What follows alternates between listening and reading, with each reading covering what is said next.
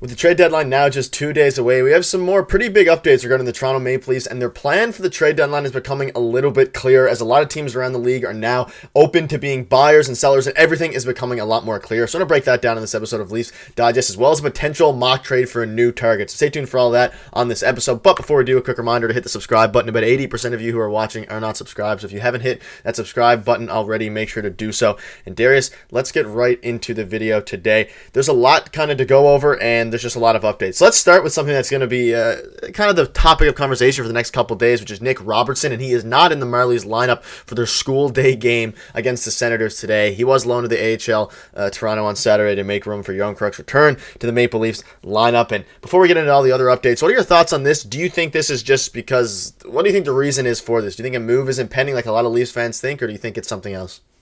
My gut feeling is that it's just like a paper. Obviously, it's a paper move. The fact that he was sent down to the Marlies, and I think it's just that. Like, I just don't think they want him playing with the Marlies, just in case he gets hurt or something. He's not going to be there for very long. After the trade deadline, the roster cap doesn't affect the team anymore, so they can bring him right back up. So I have a feeling they just don't want him to play in case he gets injured, so he can come back up and be effective for the Leafs. That's my gut feeling. However, if the right trade shows up, he could be on the table, right? So it is kind of interesting to look at it from both perspectives, because you never know in the NHL. Things could turn on a dime like in 2 seconds, right? So he could be involved in a trade, who knows? But my gut feeling is they just don't want him to get injured, and they're holding him out of games. Yeah, I think so as well. But there's always that chance that they're dangling him in trade talks. And speaking of trade talks, let's start with this from Frank Cervalli.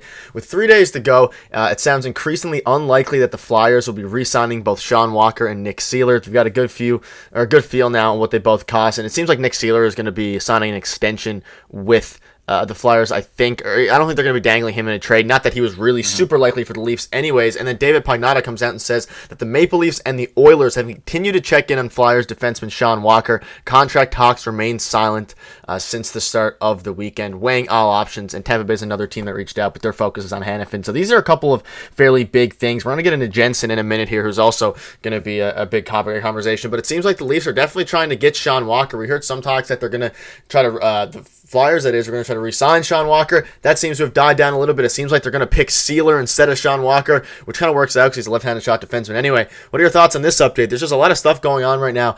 I'm leaning towards Sean Walker. I don't know if he's going to go to the Leafs, but maybe he's going to leave, most likely the Flyers.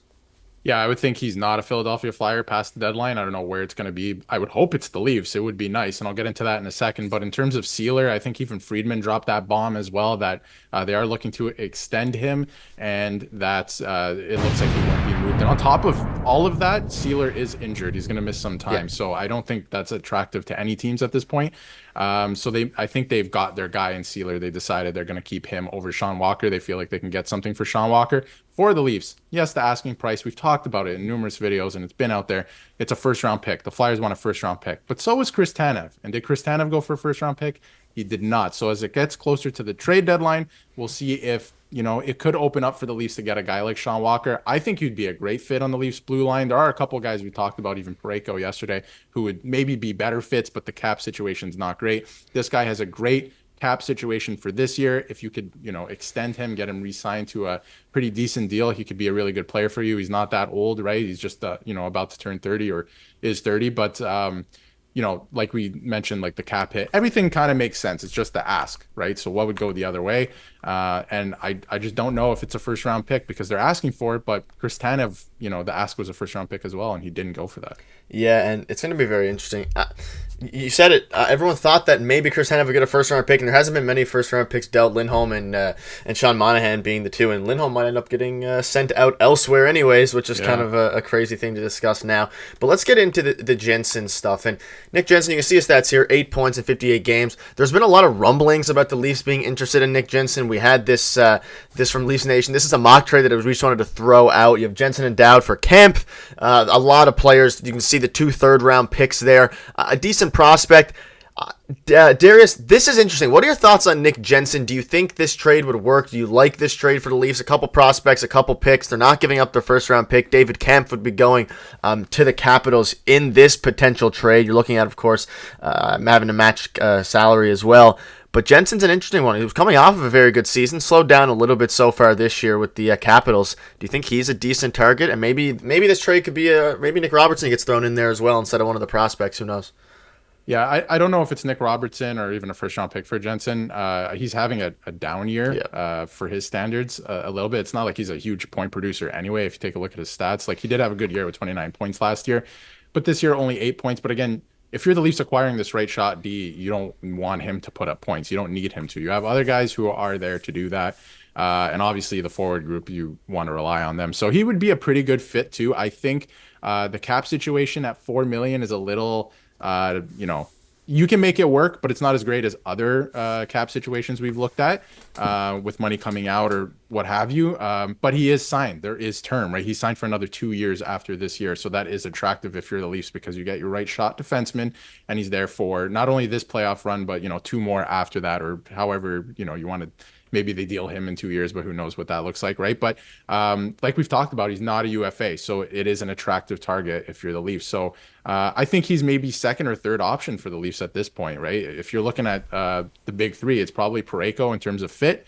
If you can make the salary work, Nick Jensen, and then maybe Sean Walker. I think that's what the Leafs are looking at, because why would you look at a left shot D and every other right shot D is probably not as effective as these three, Nick Jensen included, and the salary just doesn't work. So this could be what the Leafs go after. This is definitely a huge option for them.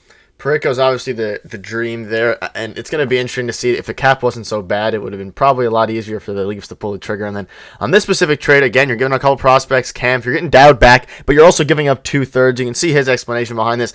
This obviously probably wouldn't be the exact trade about how it would go down, but Nick Jensen is, you mentioned it, 29 points last year, 21 points the season before, but for some reason on this, in 2023, 2024, he's yet to even score a goal in 58 games. Obviously, you're not bringing him in to be a point scorer anyway, so I don't think the Leafs would care too much. But yeah, definitely no first round pick. But I will ask you this very quickly. Out of all the guys we've discussed today, and even in the past, you kind of mentioned your number one there is Parayko. Who do you think is the most realistic one between, I guess, Sean Walker, Jensen, and Parayko going forward? Because with only 2 days left, you'd have to think one of them is going to Toronto's way, but you really don't know with Bradshaw living there.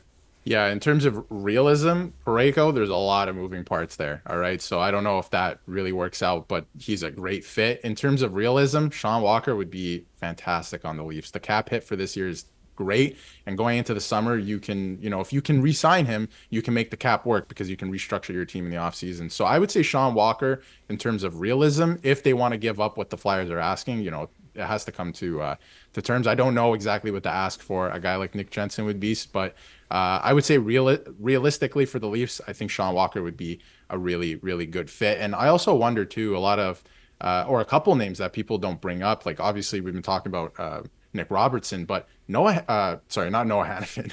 Noah Gregor on the Leafs has not played in a while. They might want to keep him for maybe injury insurance in the playoffs, but he hasn't been playing. I don't think they really like his game of late. I wonder if he's out the door just to make some room salary for the salary cap. I don't know what that trade looks like, but I wonder if he's a Leaf past the deadline too, because it sounds like they want, they're interested in Nick Dowd as well, maybe a depth forward from another team. So that's going to be interesting to keep an eye on. I think the Leafs are going to make a trade on the back end for sure, but could be some pieces that we're familiar with going out as well. Yeah, I suspect a lot of moves are going to happen over the next 48 hours, and we'll have you covered for them, but that'll wrap it up. Let's know what your thoughts are on this trade right now that is on your screen. Would you do this deal if you're the Leafs, or do you think that it's not worth it for Jensen?